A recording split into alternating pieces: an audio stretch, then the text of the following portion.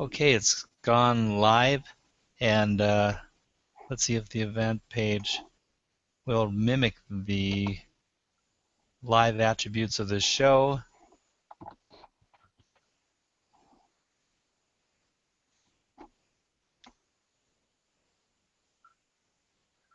It's trying. Maybe it'll come on in a second here. But anyway, we had to relocate the show, and we missed part of the intro. So I might have you do a real quick show of the skyline again, and we'll catch up on our introductions in a moment. But this is Roland from Saturday Morning Marketing Smarties and R&D Hotline, the sponsor of the show. And with me in the green room today is Karen V. Chin and Misty Lynn. Oh, wow, I should have written a poem.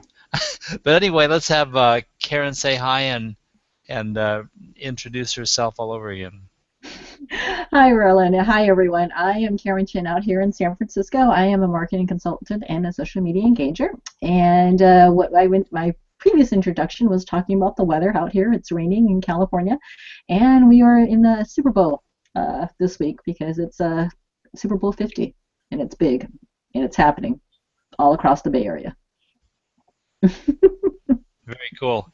Well, by the way, I'm going to interject that we are live and broadcasting on the second location. Yeah. So that's good. Misty Lynn, say hi to our crowd and tell us a little bit about yourself, and I'll ask you to do your demonstration once again to show the landscape there. Sure. Hello again, everyone. I'm Misty Lynn from bittersweetblessing.com. I'm also co-host of the Death Chicks, and I'm all about bringing light to loss. I can tell you more about that later, but for now, I would like to introduce you to my home on the Arctic Ocean. I lived up here when I was little with my parents, so it was on my bucket list. I've been up here for 10 years, and it's a pretty amazing place. So I'm looking out my window right now at the Arctic ice, and you might see I'm a little bit white, and that's because of the sun's glare on the snow is projecting back. So I'm going to turn my camera now and give you a look. Might experience a little bit of vertigo while I do this, and there it is. So if you know Canadian geography, and if you know Edmonton, you go directly north until you hit the Arctic Ocean, and that's my little town Kugluktuk, if for the English speakers, and in our language up here it's Kugluktuk. And there it is. There's a dog out there. We had a little conversation about the dog before. It's a husky. They're a wonderful, sweet breed of dog. The sun you see right now, you can see the line of the shadow of the sun. That's the sun from the south shining on the north. And that sun hasn't hit my house or my face since probably the middle of December. So very soon it will be hitting the house, and if I were to venture out within about a half-hour time span to the right spot in town, the southern end on top of the hill, I would get the sun on my face, or of course I could just go out about, about 500 feet there, and I would get the sun on my face. Actually, I told a lie. I have been out and got the sun on my face. You might not see it out there, but there's an old boat over there. It's on a sandbar, and it's part of the Coronation Golf Course. This area of ocean is the Coronation Golf, and there is a Coronation Golf Course out there in the summer, and there's an old boat, and my daughter and I walked out there the other day just to get some sun on our face, so that was sweet. So there you go. You can tell your friends you have seen the Arctic Ocean ice. Very well. Thank you. Now, I appreciate that. I've talked to you several times and seen where you are, and it's just like I'm amazed. And of course, you were describing the various things: the boat and the tree and the dog, etc. But to a lot of people, and especially with the fidelity of the video broadcast, it just looks like a blanket of white with a few dark spots. And so we're using our imagination to imagine exactly what you're living in, and it's still a mystery, but it's less of a mystery than before we got to see that. So thank you very much. We are experiencing some very interesting things, and a few people have already come over from the other event page. I really apologize for that. We don't know if that's going to be the case. until we get here and try it out, and then we check and see if it's broadcasting. And I know that Misty Lynn had the same issue the other day when her show started with her 1 year anniversary of the Death Chicks, and they started and it wasn't broadcasting to the page, nor was it feeding to the YouTube feed. So a live was not an option at the time. That's really unfortunate. And I've figured out since that if we are in the page that will not broadcast, we have to actually reinitiate to a new event in order to get it to broadcast. So for those of you who are coming to the page, we're asking you to skip over to the new page and then join us.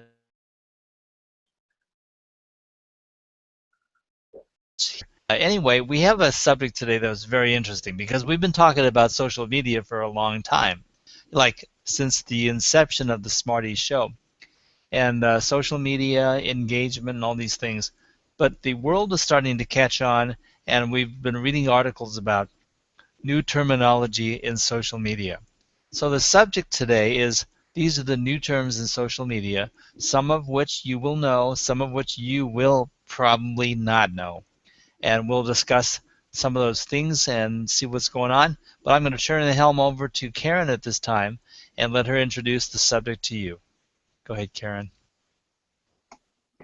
Hi, yeah. So it was kind of interesting. I saw this article. I don't know about you guys, but I get a lot in my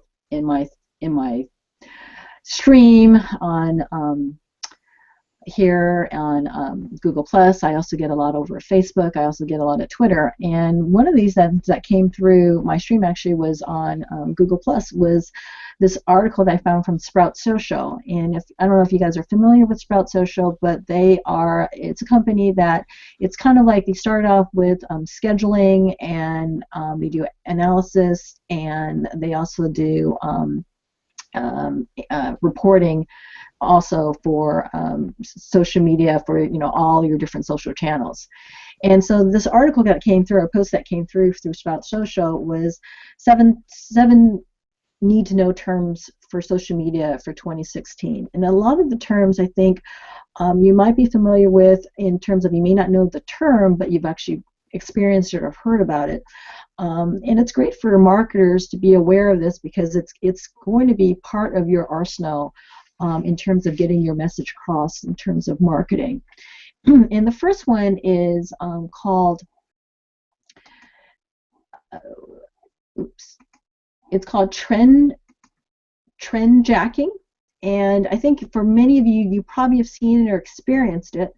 And what it is basically is the idea of getting behind a major social trend or an event, or just getting involved with your brand so that people are engaged with you. One in particular that you might have seen all last year was the dress was a hashtag. And what it was basically a white dress, or was it a gold dress? And everyone was getting involved in terms of businesses and Facebook, and you've seen it all around. I mean, it had like millions and millions of people talking about what was his color of dress. And so as a business, this is a kind of an idea that you could get involved with the trend and then evaluate that as part of your business and somehow get the engagement going about that trend, because you are looking to see if that makes any sense for your audience, and again showing that you're interested in what's going on, not just because of your business but also what's going on socially. So anything related to pop culture or celebrities, you've seen these things that take off, and it's very viral when you think about it. And so that's one that you might be wanting to be interested in using for your business. The next one is called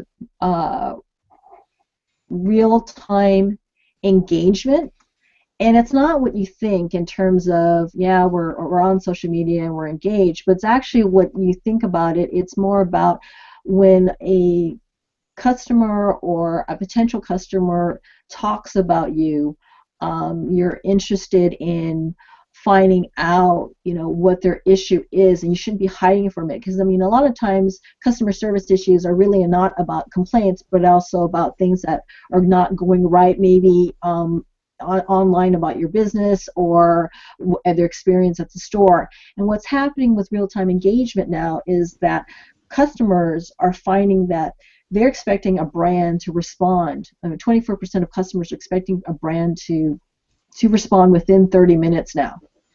So it's not like, hey, they're going to pick up a phone and call you. They're actually just going to start talking to you via social media through, whatever channel that they're comfortable in, whether it's Facebook or Twitter or Google Plus or Instagram. They're going to start chatting away, and they're expecting you to respond. And it's also interesting to note that 42% of these people are expecting you to respond within 60 minutes when they actually talk about you via social media. And 57% of these people are expecting to respond within business hours or even during the weekend. So see how it's really important now that when you are being mentioned, that you should totally get involved and provide that feedback, because people are interested. Another form of this real-time engagement that I know Roland has participated in is Blab. Again, Roland, I mean, I don't know what your take on it is, but like with Periscope, Americat, and Snapchat and Facebook Live, but with Blab, I mean, I know you had the pre-show that you were using, and you were getting a different audience, and then people were asking questions and that type of engagement. Yeah, Blab is actually my preferred secondary to Hangouts, and just because of the nature of Hangouts having so many problems, I would imagine there's always a potential of them pulling the plug on Hangouts, and if they keep on having the kind of problems we had today, I might pull the plug myself. But I like Hangouts as a general format. If they polish it up a little bit and reinforce that, it would be really cool. And I will definitely stamp my roots, plant my roots right in Google Hangouts and make use of it.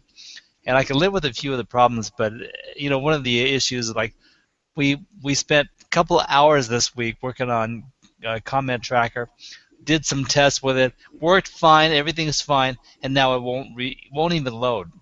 It refuses to load. So it's joined the ranks of the green, says, no, I quit.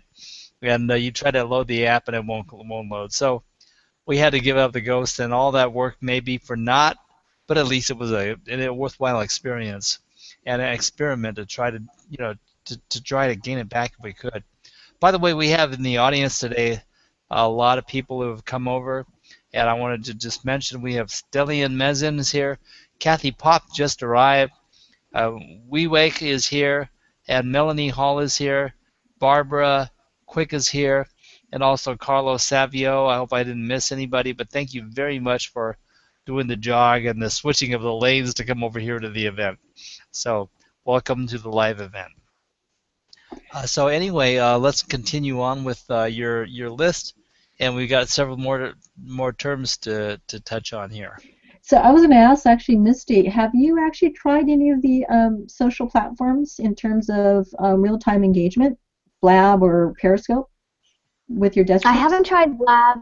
I haven't tried Blab or Periscope. We've considered Blab. Right now, because of my location in the Arctic, I have limited bandwidth, so we're hoping to get more, or I'm hoping to relocate south before I kind of branch out there. For me to do the hangout once a week and then to show up occasionally on other shows, that's really about my limit right now. So I'm sitting here chomping at the bit and excited, but I am limited. One of the things you might consider is that our experience through Bill Graham and a few people is that Blab tends to work a little better than Hangouts, because Hangouts is a real bandwidth consumer, and he found that Blab was a bit more streamlined and would work a little better. So you may find that Blab works as well or better than Hangouts, and it might be an option for you. Well, we're definitely looking into options, and it's nice to know that that has a limited bandwidth. Yeah.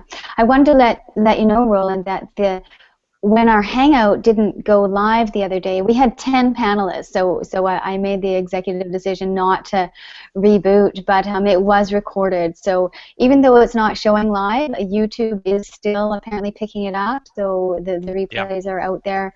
I'm really curious if any viewers have any idea what's going on, because this is this going on with other shows? I don't know. We have a show planned for Wednesday, and Roland's going to be a guest. It would be great to find out if this is going to be a problem going in. But yeah, if people want to comment about that in the stream, that'd be great.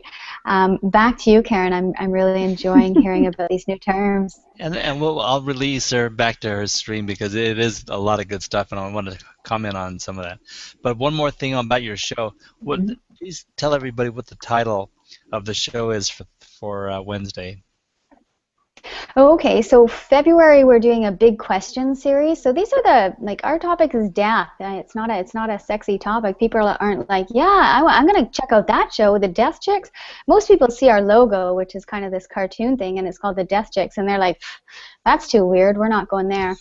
But the whole idea, once people get in, we have quite a few followers on YouTube. It surprises me every time I go over there and look at the analytics, and yeah, because once the beauty thing about talking about death is that once you get in there, it's like this book that hasn't been opened before, and when people talk about it, it's deep. So we usually have one-on-one interviews, and we have some great stories, and it really touches the heart.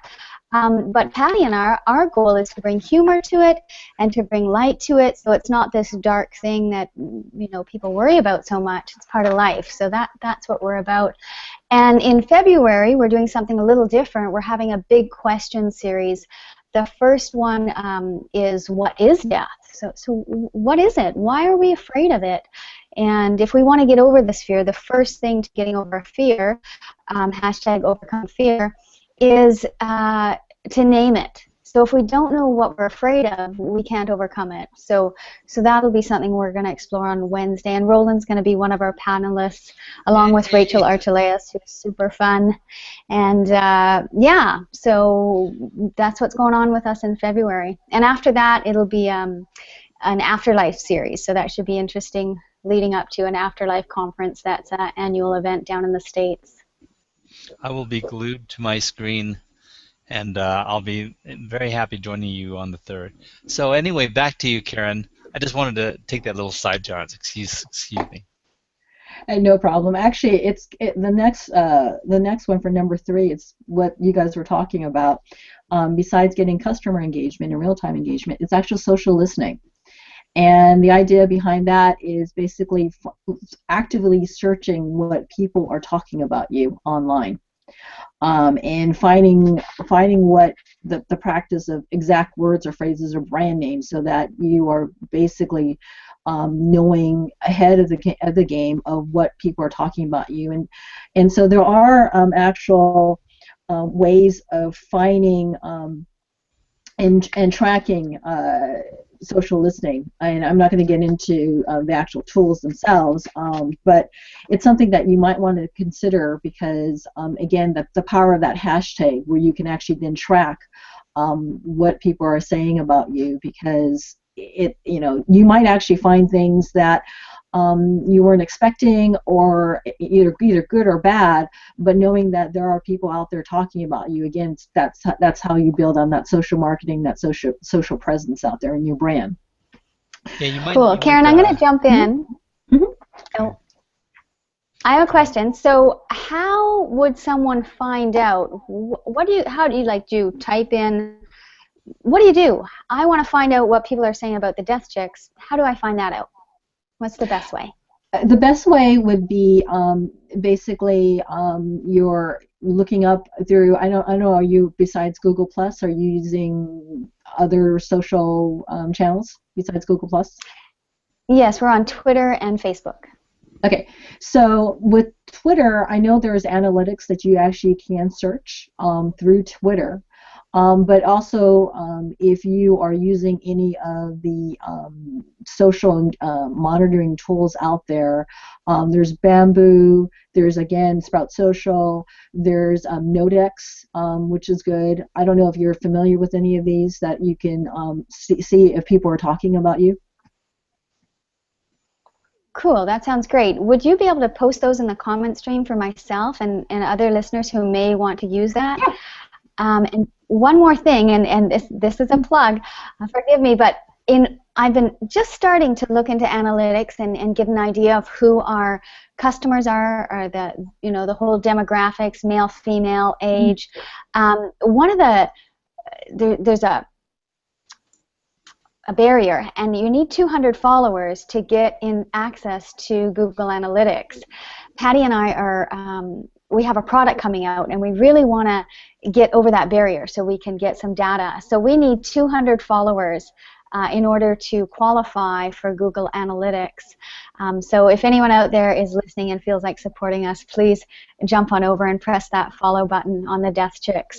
Karen, do you have anything to say about that, or even getting followers? And I don't want to take you off track, but if you feel like I actually was going to ask was that during every time you mention at the end, I know especially with YouTube, they're very keen on basically asking people to subscribe, hit the subscribe button.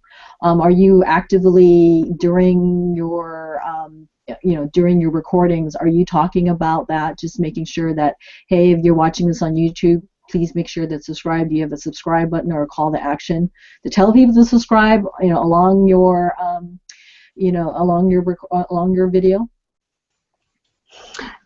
I don't think we are actively, and that's a great point. I think it's kind of an afterthought, and we sometimes do it. But now that we've made it a goal, I think that's a great thing to add to our intro, to our regular show intro, is that ask. And that's something we've been a little bit short on, but we're getting more comfortable with it, and that's a great tip. Thank you. Actually, it's actually not just the beginning in your intro, but also at the end. So when you do your closing, you should also ask for subscribe. Because, I mean, if people have actually lasted that long to listen, they are interested. And you should then definitely add that. I mean, if you could actually add an annotation to actually add a button, like I have here, you could just say, please click the subscribe button if you want to get the latest in your videos. I'm assuming you do this like once a week. So, and if you actually have a regular time that you show, and people start looking forward to getting that, that's another great way. Very good.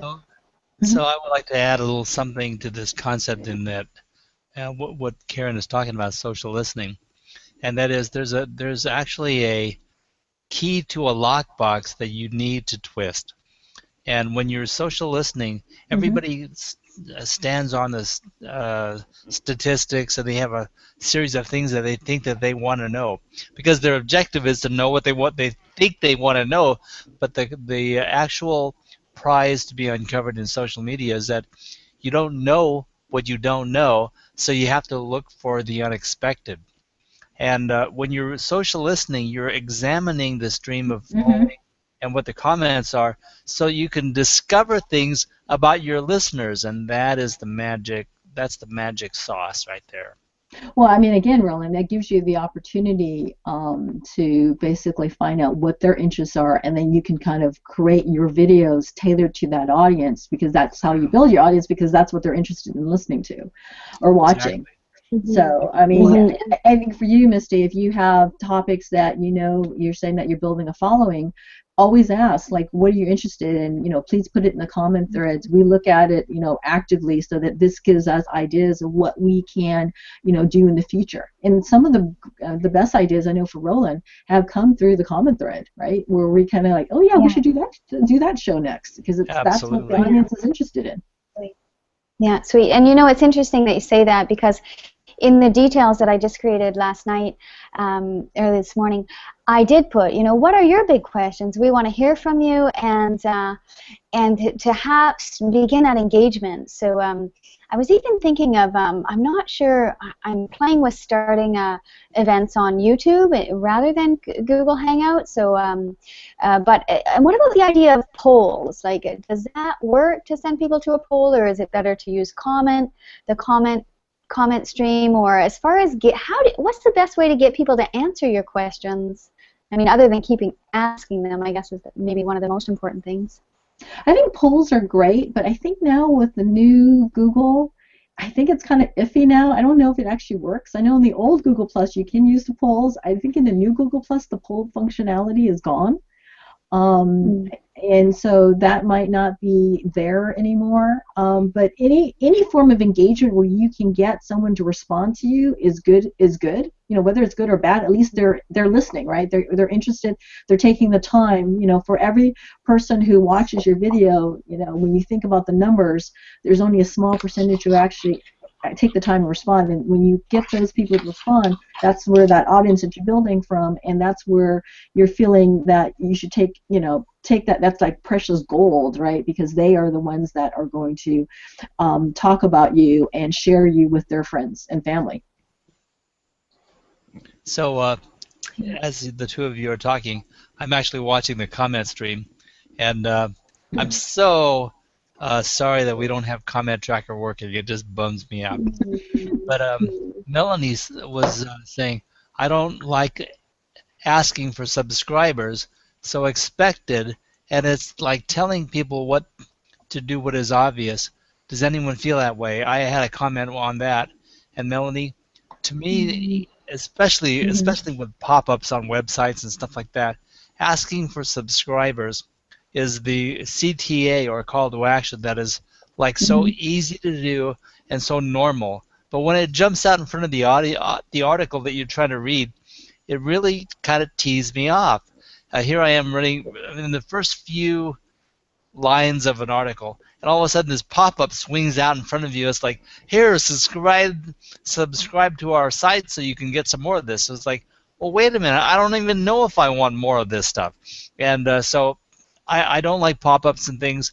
I don't like to ask for subscribers, but it is a very good idea at the end of articles to produce some sort of a opportunity for people to subscribe to you, and that is a good idea. So in the social interactions, calls to action after they've read and engaged is a very good idea. But people have to be careful about that. If you ask too soon, you lose.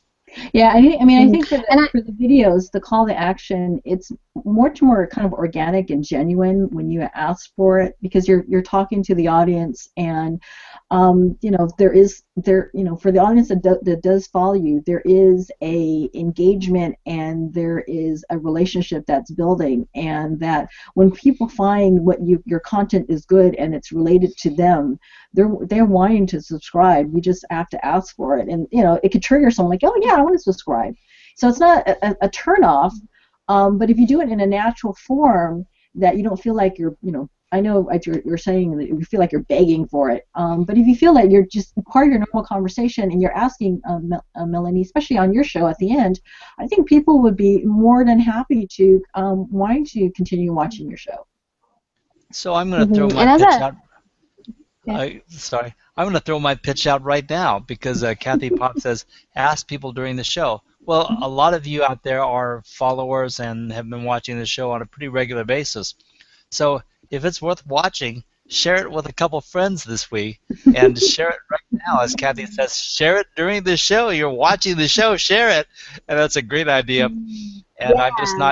I'm not one of those pushy people who does that every show or makes that part of my format and presentation. But I love it when people share, and when you share it with people, it shows me definitively that you're getting something out of the show, and which is what we're trying to achieve here on Smarties. So go ahead, Misty, you had something to add.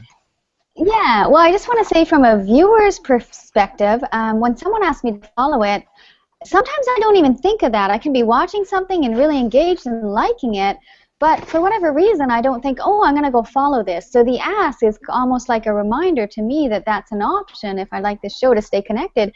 Because sometimes I've watched stuff and then I've been like, oh, I really love that person. I'm racking my brain in bed at night thinking, where the heck did I find them? Where did they come from? So I think that ask is really good. And then what role? what? And Okay, I'm gonna I follow get him. sidetracked. I just see Melanie Hall's comment at the end because she's really pushing the plug now. Basically, she's saying, subscribe to my YouTube. Here it is. See how awkward that felt? No, Melanie. I mean, it's not awkward. I mean, you gotta stick up for your rights. And if you find that your content is resonating, like what Missy said, and it just the dawn on that person, as she said, oh yeah, follow me, click subscribe. You gotta plug. So we're saying hi to Susan Joy Schleif out there. Thank you for joining us. Just to follow up on this concept of a CTA in the midst of social media and your articles, it's really about timing Hmm. and offering value first, because the people are not going to subscribe unless they've received value from you. So if you ask for a subscription too soon, you might be slitting your own throat. And if you offer people value and you get them used to consuming stuff from you that's valuable, they're more than likely going to subscribe if you ask. So it's really about timing, and it's about the delivery of value. We got stuck on this third term and went off into all kinds of sidecars. I don't know how much more time that we can keep Misty around. How much time do you have, sweetie? Well, it's a bandwidth thing, and my daughter is in the next room watching TV, so she may pop out. It is Saturday morning. Uh, who knows? I'll stay as long as I can. I'm loving it. Okay, I'm good. engaged. I'm learning stuff, so I'll stay as long as I can. Okay, good. So back to the helm with Karen. Okay. So the next one. Oops, let me get this working here. Um, get that. Okay, is show marketing. So we've talked about engagement, we've talked about listening, now it's show marketing. And I think a lot of people are aware of what it is. I mean, in the simplest terms, it's visual content. So, images, right? But show marketing now has gotten to the point where you really want to demonstrate how a product works. So if you have a business that you have a product that you can demonstrate visually, it says a lot. I mean, as the old saying goes, a picture is worth 1,000 words. So again, with our attention spans of like 3 seconds, if you can tell your story via image, via photo, if you can tell it that quickly, that's where you can lock and make that contact with your audience. And so consumers in general want to see what they're getting before they buy it. So if you can visually kind of push that out there, it's much more effective. And also our brains get visual imagery 60% faster than text. So here's another reason why images are so important now in 2016. Roland, you got something. You got something to say, Roland. You're like always you're like the man with the opinion here. Yeah, show marketing is basically another way of saying what we've been talking about for the year. That is education-based marketing. One of the ways to promote your product is to explain more about it, show people how they work, show people the quality, describe something, show how to use what you have, explaining software, explaining your product and the value of what's behind it, so that people have an idea of, like, wow, not only does so-and-so make these widgets, but his widgets are special because they do this, this, and this. And when you educate the people, then they're more inclined to adhere to the need of your product and the value, and more than likely explaining more about your product is going to get you more sales. That's the bottom line. So we've been calling that education-based marketing this last year, since the start of 2015. Well, and then as you were saying too, Roland, when you think about it, if do you take the time to create these interactive guides, these demos, these webinars, these visual medias, again, you're building on that audience, because again, you're providing that quality of content that they're looking for, and that information that they're going to say, oh, I need to subscribe, I need to follow that individual, because that content that they have is so rich and it's so worth following, that I'm engaged. So Missy, I know I just cut you off, so you were about to say something. I was going to say, this really just gave me an idea, because Patty and I are in the process of creating this first product, and what you said about showing them I just had a big aha. We're signed up for the new Kajabi, so we're testing that. And how do people get a look of what they get if they buy this product? So I was thinking maybe we could do a short video intro, which we were planning to do anyhow, but if we could do a screen share, take them inside the site, which is pretty cool and user-friendly, and then they get a really get an idea of what they're getting for it's going to launch for $20. So that would be cool. And I guess my question, my techie question there is, can Google Hangouts or YouTube, does that have the option to screen share? I know it does in a Patty and I are on a Hangout talking business and we share our screens, but can you do that while you're broadcasting live, or can you record it? You can record it. You can't broadcast it live, you know, in terms of recording, because sometimes it's copyright infringement issues that come about. But you can use YouTube to basically film, or if you have any, you know, video software that you could do it offline and then just upload it, you could do that too. So I don't know what you're using in terms of your filming. I mean, I know you were using Hangouts, but are you using other types when you're just making recordings? I've just used Hangouts and YouTube. I'm starting to doing a thing. I'm doing a morning mindfulness thing. I'm starting it in a few weeks, and I'm going to broadcast from YouTube. I'm going to plan the event, and I'm going to try that. Yeah, but I know YouTube has a really great, I mean, for just intro stuff that you're using and you're getting your hands to, you know, dabble into it, definitely you guys can record yourselves, you know, first and then upload. I mean, then you can sit there and tweak it and, you know, clean it up and add the annotations, all the other good stuff like the subscribe button. You can do all that stuff and then upload it. So like I said, Google's great because, you know, as Molly would say, you know, it has all these things for business that there's no cost, and it's just we're living a really marvelous time with all this technology at our fingertips.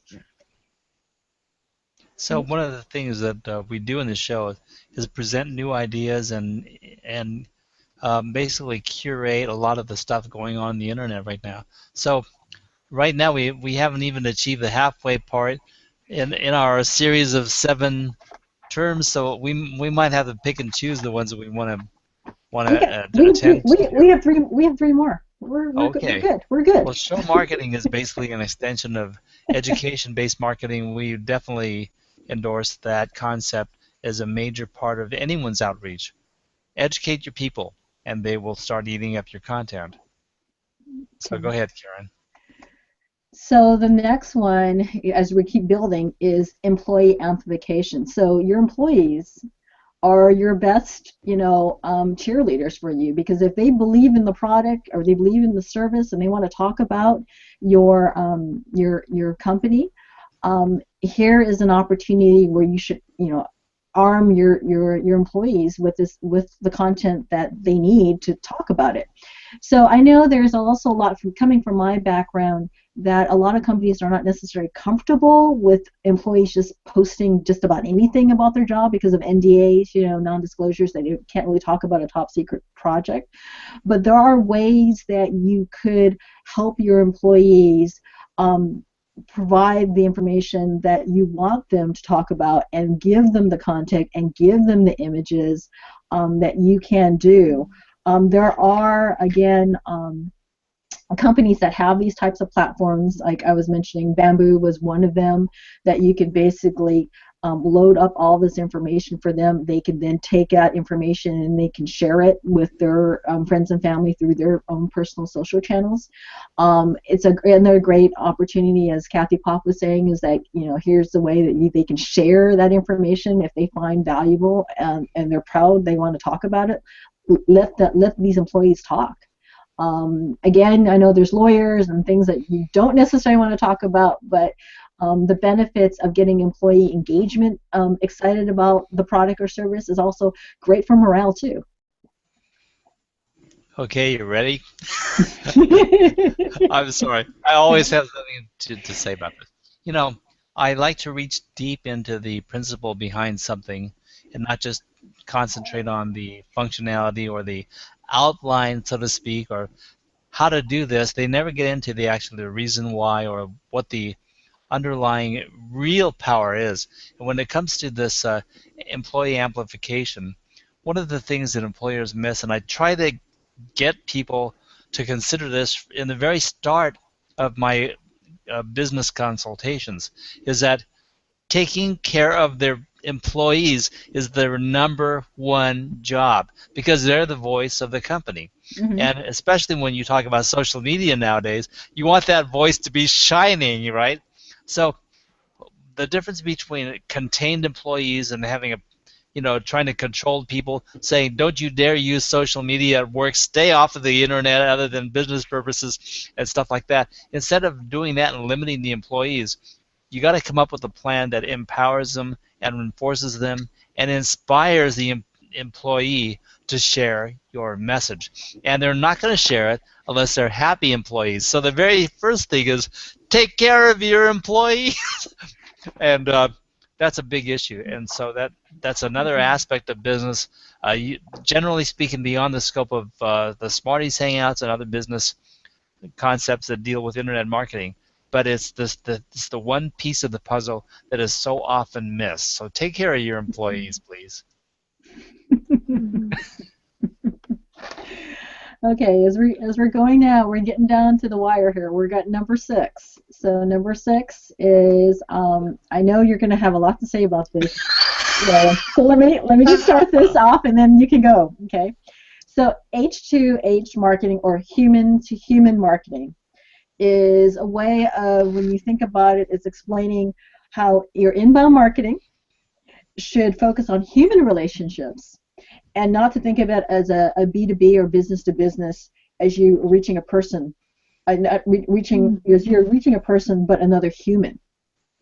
So the idea behind that again is human interaction, getting your brand to be more personalized in a more human way. You're not talking down on someone. You're actually going through the steps as we talked about, showing the product, talking about asking for reviews, getting that interaction going, and then customer satisfaction, because they're happy with the product, they want to talk about it, and just kind of evolves from that. And then you get the engagement from the human to human marketing. So again, getting your customers to feel appreciated and worthy of your time is certainly a sentiment that will increase for 2016, because again, you're taking the time to show that you care about your customers, and not just because they're buying from you, but because you really do care. And showing that interaction is very, very important, especially again with social media.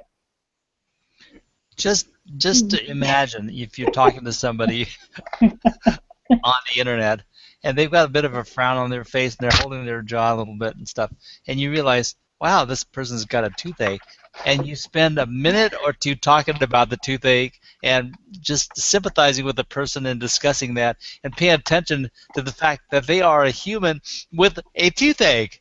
And you know what? You've made a connection with the person. Now, I use that as an example. Don't go around looking for toothaches, But I mean, when you pay attention to the person, recognize that they are human, and just pay attention and say, oh, guess what? How are you? Who are you? Let me know a little bit more about you before I try to pitch my product to you.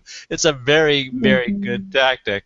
So the human to human is just remembering that we are all people. And one of the slogans that I use, even in network marketing in real time, in real life, is that there are no strangers, just future friends. So go out and meet people, get involved, and make them friends first, and then you're going to find out what their needs are and whether or not your product even pertains to what they need.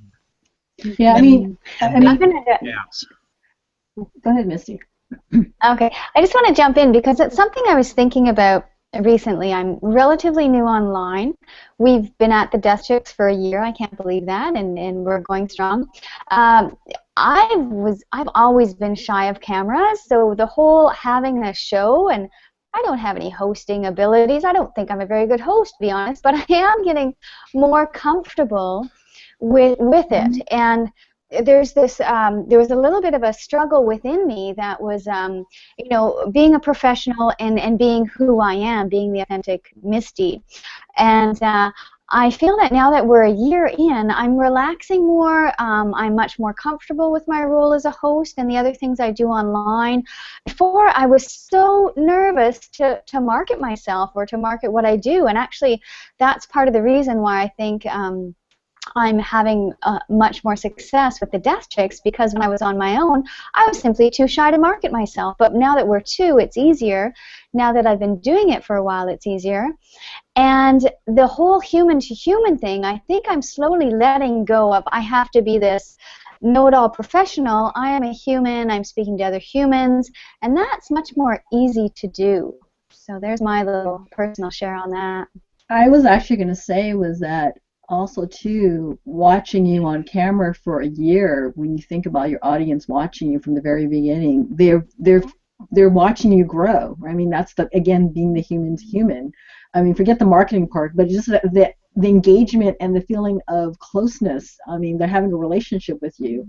And when you think about it too, for human to human marketing, also when you do fall, because businesses do fall, and if you do admit that you are wrong, and you do it publicly that I'm wrong and that you want to fix the situation, and you do it socially, I'm going to fix the situation for a customer, that says a lot to the customer too, because you always hear the customer always complaining, I can't stand this, I can't stand that, but when you actually help the customer and solve their problem for them, they're going to be basically your raving fan and talk about you from I hate you, you guys suck, to now this is a wonderful company, you should buy from this company or use their products, and they talk about their friends and family. And again, going back to the whole idea now is that people trust people in terms of reviews. They don't necessarily trust third-party reviews. We used to think about, listening to a reviewer and thinking, oh, this person is someone that you could trust. It's more now you want to trust your friend or a friend of a friend, because you feel that's more genuine, because it feels like that individual may not necessarily feel like they're being bought. That they're just honest people talking about what they feel, whether it's good or bad. And if they look kind of funny on camera or they're not looking at the camera correctly, you can feel that genuineness. And that's also too rolling into marketing now. When you think about mainstream advertising, it's now going to this human-to-human marketing, and it's treating people with respect and treating them like people. That's great stuff, and people want to watch the replay just to hear that last statement that you made, because in the human-to-human market, it's all about being authentic and genuine. All the catchphrases, yeah. All the catchphrases that they use, right? People use them all the time. It says, "Gee, you got to be authentic. Gee, you must be genuine," and they don't even know how to be those things. They know the terms, but they are not being authentic or genuine. And you can't hide. On video, you can't hide. If people think I'm a jerk, they're going to go away. And some people do think I'm a jerk, so that's okay. I understand. But Kathy Pop made a comment regarding Misty's statements, and so she says, be yourself. People will love you more because you will be authentic. And that basically proves my point, or reinforces my point of authenticity.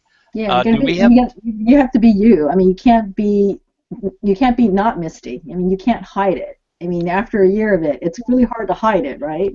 So you just get up there, and sometimes you fail, sometimes you flop on camera, sometimes the comment tracker dies. I mean, if you tell the audience what's going on, people can respect that, and they go, okay. I mean, we just like kids, we just all want to know what's going on, and if you tell them what's going on, it makes again, building on that relationship. And by the way, you're a good show host.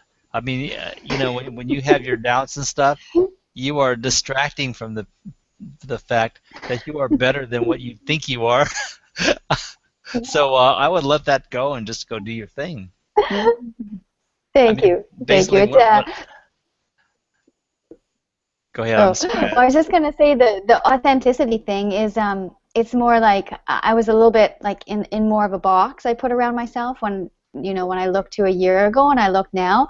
So I'm relaxing more on camera, and I'm allowing more of the mistiness to come through. And I think when we're relaxed, when we hang with our homies and we do the belly laughs, those are the best times. And I feel that that's starting to come through more, and that's sweet. I hear a tune coming on. So I get misty. Oh, anyway, you've heard that one. I can't sing anymore because number one, I'm not much of a singer anymore, and I don't want to do a copyright infringement on Johnny Mathis, so I'll discontinue. Yeah, because Point number 7, they'll Karen. Do we have time? they'll shut this video down. Okay, YouTube will Yeah, shut I it know. down. You don't want Yeah. that. Yeah, maybe I've walked the line there so far. We'll kind of leave that out. So, do we have time for point number 7? Yes, we do. Okay, Let's let me go. tell you. So to drum roll. So the final one is number 7 is digital marketing. So what is digital marketing? Digital Oh, marketing, wow. like what is it, right?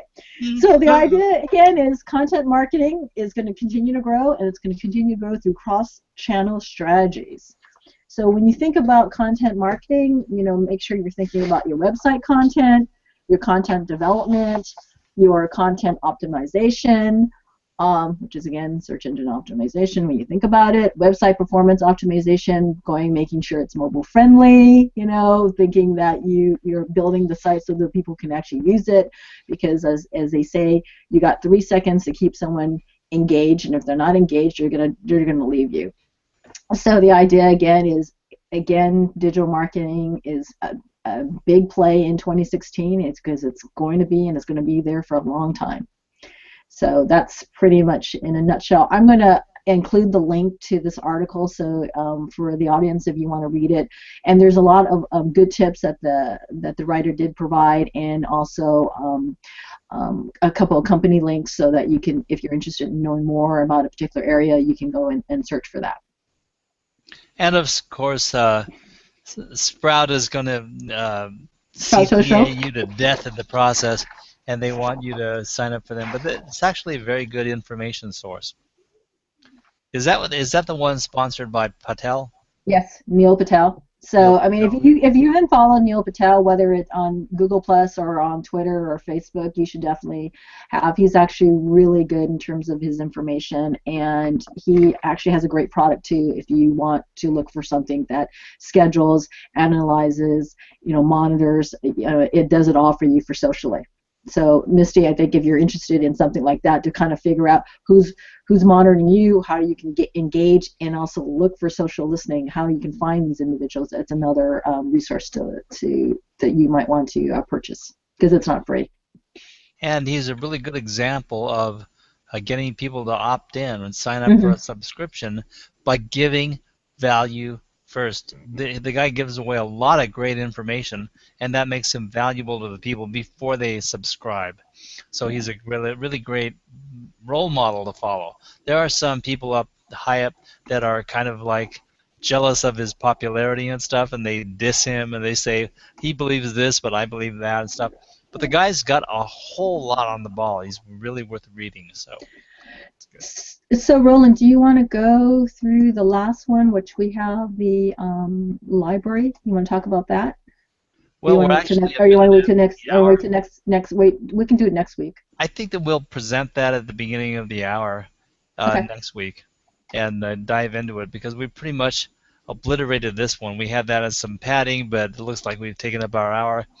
And I appreciate the comments of people in the stream, and the fact that we don't have comment tracker working is a real deficit to my day. But maybe we'll come up with some solutions. It's interesting that internally, the Hangout toolbox actually has a comment tracker, which I will show you someday. And if they get it to work on the event page, it's actually better than comment tracker, the add-on app. So, Hangout Toolbox is an add-on app, but the internal comment tracker in the toolbox would be great if they'd just make it work.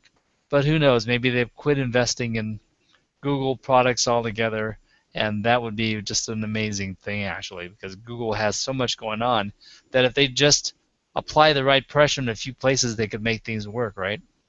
So who are we to guess? They are what they are. So everybody, if you want to have a last comment on digital marketing, or comment on any of the 7 terms in social media. Go ahead, Misty. Sure. I just want to say, woohoo! I'm really excited and honored to be invited to be a member of the show. I thought, gosh, I don't know too much. I'm still a newbie, but I I felt I was able to contribute, and it was fun. And thank you so much. And here's my plug: follow the Death Chicks. Follow the Death Chicks. We won't hurt you. It won't hurt. Trust me. And when you follow us, when you get to the end, and everyone will, you're gonna feel good about it. Tune in, Yeah, be informed, die well. I agree. I don't endorse too many shows, but I, of course, have Misty on the show, which should state the obvious that I do enjoy endorse the show. But I watch it whenever I can, and it is a good one. It's one of the few that are actually of value out there that are not on internet marketing concept. They are a very valuable show. I'm very excited about being on the show this Wednesday, so we'll join you at that time and see what happens. And it's covering the concept of what is death. I love the concept. I'm excited. I'm excited about that. So, Karen, did you have any wrap up for the stream of 7 terms? I think pretty much what I was going to mention was that I find a lot of interesting articles, as Roland knows, and I post them on my Google collection.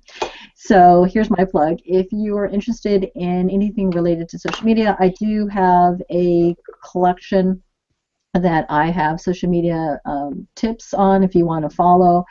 I also have a Google Plus collection and a local guide, so we haven't talked about that for Google, and that those two are actually being featured from Google Plus.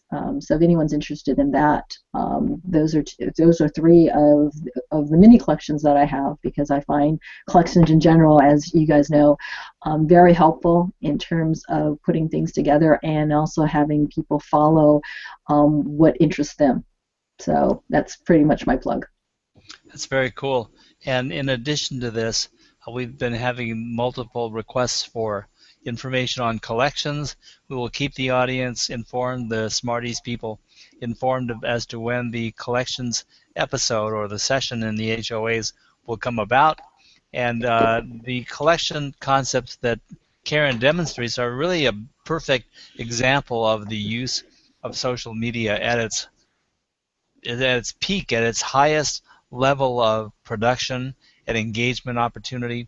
She's doing what she advises other people to do. So we should follow up on that. And just to wrap up the show, I'm going to wrap up with my pitch that Kathy Pop and a few others suggested. And if you watch these shows and you're enjoying it, please, please, please share it. And I tend to think to myself, isn't it obvious people will share it if they like it? But asking might get 1 or 2 extra shares. It might be adding a few people who will add a few people who will add a few people. That's the nature of social media. And I basically dug my heels in and said, well, my outreach is going to be Hangouts because that's the easiest thing for me. I have the most fun. And if you're having fun and it's easy, go out and do it because you're going to get some mileage out of that. And Hangouts are a really good opportunity. Video, YouTube, social media, and don't forget your website. So that's about enough out of me today. And thank you for my constituents in the green room, Karen V. Chin and Misty Lynn. And I swear I'm going to write a song. But we'll talk to you guys again soon. Thank you very much for leaping tracks with us and coming over to the event page. I really appreciate people following us over, and I'm sorry about the technical difficulties. We are signing off from Saturday Morning Marketing Smarties. Thank you.